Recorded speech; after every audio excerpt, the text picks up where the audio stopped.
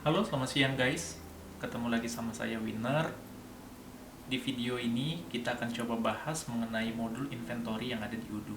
Apa-apa aja yang ada di sana dan seperti apa penggunaan dari inventory modul itu sendiri. Ayo kita bahas ya teman-teman. Kita masuk ke Odoo trial version yang sudah kita prepare sebelumnya. Di sini kita bisa melihat ada beberapa modul yang sudah diinstal. Nah, kita fokus ke modul inventory. Nah, ketika lihat modul inventory, ini kita bisa melihat beberapa inventory overview yang ada di setup kita kali ini. Nah, untuk masuk ke produk, itu biasa kita akan masuk ke menu produk dan ada submenu namanya produk. Nah, di sini kita bisa melihat produk apa-apa aja yang sudah kita setup di account trial ini. Jadi kalau kita lihat saya mau membuat produk baru, kita tinggal melakukan dengan ngeklik button new. Nah, di sini kita bisa buat satu produk baru untuk kebutuhan testing kita ya. Jadi misalnya kita mau jualan untuk produk dari cheesecake.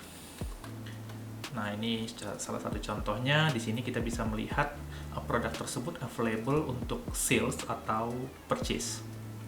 Nah, di sini kita bisa setup untuk beberapa tab ya. Ada general information, attribute and variance, sales, purchase, inventory, and accounting. Nah, di sini untuk general information sendiri kita bisa men-setup product type-nya apa. Nah, di sini kita bisa define beberapa tipe dari produk yang mau kita setup. Untuk produk regular kita bisa set dengan goods. Produk-produk seperti internet package atau apa produk-produk yang berkaitan dengan jasa itu kita bisa masuk ke service dan combo untuk kebutuhan lainnya. Nah, di sini kita bisa setup untuk track inventory dari produk yang mau kita set. Nah, ini kita bisa ngeset dari 3 tipe, yakni ada unique serial number. Jadi ketika kita define product based on by unique serial number, berarti produk yang kita akan set harus di setup nantinya SKU tersebut dengan unik dari masing-masing serial number yang ada di produk, yang nempel di produknya. Nah, kemudian by lots, kalau by lots berarti produk tersebut bisa di flag ketika kita melakukan inbound produk. Jadi nanti per masing-masing batch kita bisa setup lotsnya berapa. Dan kemudian by quantity means kita nggak perlu mendefine secara spesifik secara produk itu. Kalau misalnya nanti ada inbound, jadi kita bisa langsung masukin ke warehouse dengan quantity per quantity. Nah, di sini kita tinggalin aja quantity on hand-nya karena nantinya harapannya quantity on hand akan disetup ketika produk tersebut dilakukan procurement atau purchase order gitu ya. Nah, kemudian kita bisa mendefine dari invoicing policy untuk produk tersebut. Apakah produk tersebut invoicingnya dilakukan ketika barang tersebut sudah diorder atau ketika barang tersebut harus deliver ke customer terlebih dahulu. Jadi ini untuk lo dari sisi pembuatan invoice akan dilakukan ketika barangnya sudah diorder saja atau harus melakukan pengiriman sukses dulu ke customer. Nah, kemudian di sini ada sales price. Nah, ini adalah produk yang kita akan set berapa harganya ke customer ketika nanti kita membuat order di sisi customer. Nah, ini biasa kita set dengan harga jual kita, misalnya untuk cheesecake ini 120.000 ya. Nah, kemudian ini bisa di set juga sales tax-nya. Di Indonesia sendiri per 2025 ini kita membuat 11% dulu ya sebagai sampel. Kemudian cost-nya sendiri ini karena memang cost kita maunya nanti ke depan akan bisa calculate berdasarkan berapa banyak produk yang ada dilakukan order. Nah, itu nanti akan menyesuaikan calculation-nya. Kemudian ada purchase tax juga kita setup biasanya sama ya dengan sales tax sebesar 11%. Kemudian kategori produk. Nah, kategori produk nanti kita akan coba bahas setup dari kategori produk ini seperti apa. Tapi ketika kita bicara produk nanti harus men-setting supaya nanti kebutuhan jurnal dan lain-lain bisa dilakukan di level kategori tersebut. Jadi kita bisa let's say kita bikin dia food ya. Kemudian reference, di sini reference sebagai SKU yang let's say kita mau define di internal system kita dengan kebutuhan internal, misalnya dengan kode tertentu. Barcode juga bisa kita setup sesuai dengan kebutuhan. Dan ada brand. Nah, di sini brand bisa kita maintain seperti apa nanti list dari brand yang mau di setup itu bisa disetting di spesifik konfigurasi tertentu. Nah, kita pindah ke atribut varian. Nah, ini atribut and varian ini digunakan untuk kebutuhan dalam satu SKU. Kita bisa membuat beberapa varian produk. Let's say kita bicara cheesecake dengan beberapa size, misalnya yang 200 gram, yang 300 gram atau 500 gram. Nah, itu berarti kita bisa melakukan setup di level varian. Jadi ini berdasarkan size, misalnya di dalam size sendiri kita bisa setup konfigurasi ini mungkin karena kita setup berdasarkan ukuran baju ya kali ya. Nah, tapi nanti dari sisi kita kalau let's say mau membuat level gram atau gramasi itu bisa di-setup di sini. Cuma untuk contoh ini kita coba tinggalin dulu ya untuk atribut and varian. Kemudian di sales, nah ini di sales kita bisa coba setting untuk packagingnya seperti apa di level ya, ini lebih ke upselling and cross selling setup. Kemudian option produknya apa aja, jadi kalau let's say produk tersebut mau menjual produk yang lain, nanti kita bisa suggestion di section ini. Kemudian extra info, kalau kita mau tagging produk tersebut untuk kebutuhan ke depan ya bisa ditambahin flag-flagnya sesuai dengan kebutuhan. Dan re-invoice cost ini kita set as a no ya, karena memang tidak ada expense tambahan untuk produk tersebut. Nah, kembali ke tab berikutnya yakni purchase. Nah, ini kita bisa list produk ini akan di-handle oleh si vendor mana aja gitu ya. Let's say kita mau buat vendor baru pun kita bisa tinggal tambahin vendor, misalnya brand Indofood gitu misalnya ya. Jadi Indofood supplier ini kita bisa tinggal tambahin as a company yang bisa kita nanti pembuatan produk ini akan di supply oleh vendor namanya Indofood supplier.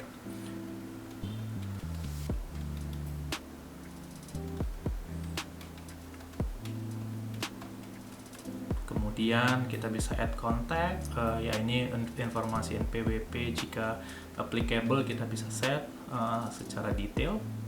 Nah, ini dengan setup ini kita bisa tentukan ketika pembelian 10 unit harga per unitnya berapa. Jadi itu kita bisa define ketika nanti mau membeli produk ini. Tadi kita jualnya 120.000 ya, let's say pembeliannya 100.000. Jadi kita bisa nanti dapat margin di sana gitu ya, misalnya secara produk setup. Kemudian inventory, nah di sini kita bisa setup inventory-nya seperti apa, dan di sini kita bisa lakukan setup untuk supply-nya itu secara default buy, tapi untuk routing-nya nanti kita bisa lebih lanjut ya untuk pembahasan dari route-nya seperti apa. Dan kemudian untuk virtual production location and inventory ini selalu kita setup as a default ke production dan inventory adjustment aja. Kemudian week, nah ini terkait dengan kebutuhan define dari week produk tersebut berapa gram atau dalam kilogram ya. Kita berarti kalau 500 gram kita bisa setup ke 0,5, sementara volume secara dimensi kita coba set misalnya 0,02 gitu misalnya ya. Nah, ini customer lead time, nah ini dengan setup berapa lama pengiriman kita bisa setup di sini as a default, nanti otomatis akan menyesuaikan. Oke, jadi kita kembali ke tab selanjutnya yakni accounting. Nah, ini kita bisa setup accounting product ini kemana aja gitu ya untuk income dan expense account-nya. Tapi ini kita nanti karena kebutuhan untuk pembuatan settingan accounting ada di level kategori, jadi ini kita bisa abaikan untuk sekarang. Jadi ini untuk salah satu produk yang sudah kita maintain, jadi nantinya produk ini siap untuk dilakukan inbound. Nah, ini salah satu modul inventory yang kita bisa setup.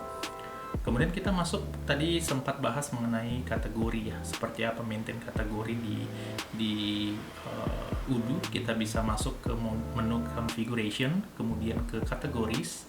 Nah, di sini akan ada pilihan-pilihan beberapa kategori yang udah kita punya. Jadi kalau let's say kita mau buat beberapa level kategori, nah itu kita tinggal tambahin new kategori. Misalnya di dalam food kita ada misalnya cake gitu ya. Jadi kita bisa buat parent kategorinya untuk cakes. Ini ada produk kategori under food, kita bisa tambahin satu parent kategori.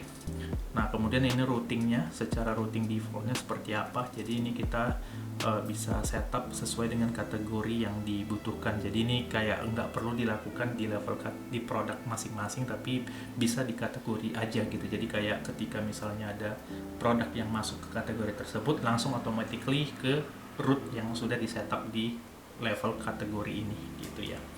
Nah, kemudian ini kita bisa setting costing methodnya untuk kategori ini. Let's say kita ya ini tergantung sama kita ya, apakah kita menggunakan standard price, which is itu tergantung dari setupnya kita berapa. Kemudian based on FIFO ini berarti ketika barangnya sudah masuk ke gudang dan nanti akan dikeluarkan dari gudang, nah itu melihat dari barang yang sudah mengendap dan sudah dikeluarkan oleh ketika ada order akan dikeluarkan. Nah itu akan melihat dari first in first out-nya si produk tersebut berapa untuk inventory valuation-nya. Nah rata-rata biasanya kita menggunakan averaging cost ya. Jadi setiap inbound yang terjadi akan memasukkan averaging cost secara automatically gitu ya. Nah ini kita set automatically aja supaya bisa langsung menyesuaikan. Nah kemudian kita bisa set di kategori ini. Nah salah satu yang penting adalah stock valuation journal. Kebutuhan accountingnya kita bisa set sesuai dengan apa yang kita butuhkan. Jadi misalnya ini kita mau stock valuationnya di merchandiser inventory mana, kemudian jurnal untuk stoknya di mana. Nah itu bisa dibuatin sesuai masing-masing kategori. Jadi yang sempat saya tadi mention bahwa ketika kita bicara accounting, nah itu tidak perlu langsung dilakukan di level produk, karena di level kategori nanti lebih memudahkan kita ke depan kalau misalnya mau mengganti-ganti jurnal dari produk tersebut. Oke, kita coba save. Jadi tadi kita kembali ke, sudah ada satu section namanya food slash cakes di dalam food ya, di kategori food. Jadi kita ketika mau masukkan produk tersebut untuk kategori cakes, itu tinggal masuk lagi ke menu cheesecakes dan kategorinya kita setup ke cakes. Nah ini ketika di save, otomatis produk tersebut akan sudah dimasukkan ke kategori cakes. Jadi itu untuk inventory produk seperti apa gitu ya setupnya. Nah itu yang bisa saya bahas dulu untuk inventory. Untuk nextnya kita akan bicara beberapa modul lain di PO dan lain-lain. Nanti kita akan coba bahas itu dulu di sesi kali ini. Kita sampai ketemu lagi ya teman-teman.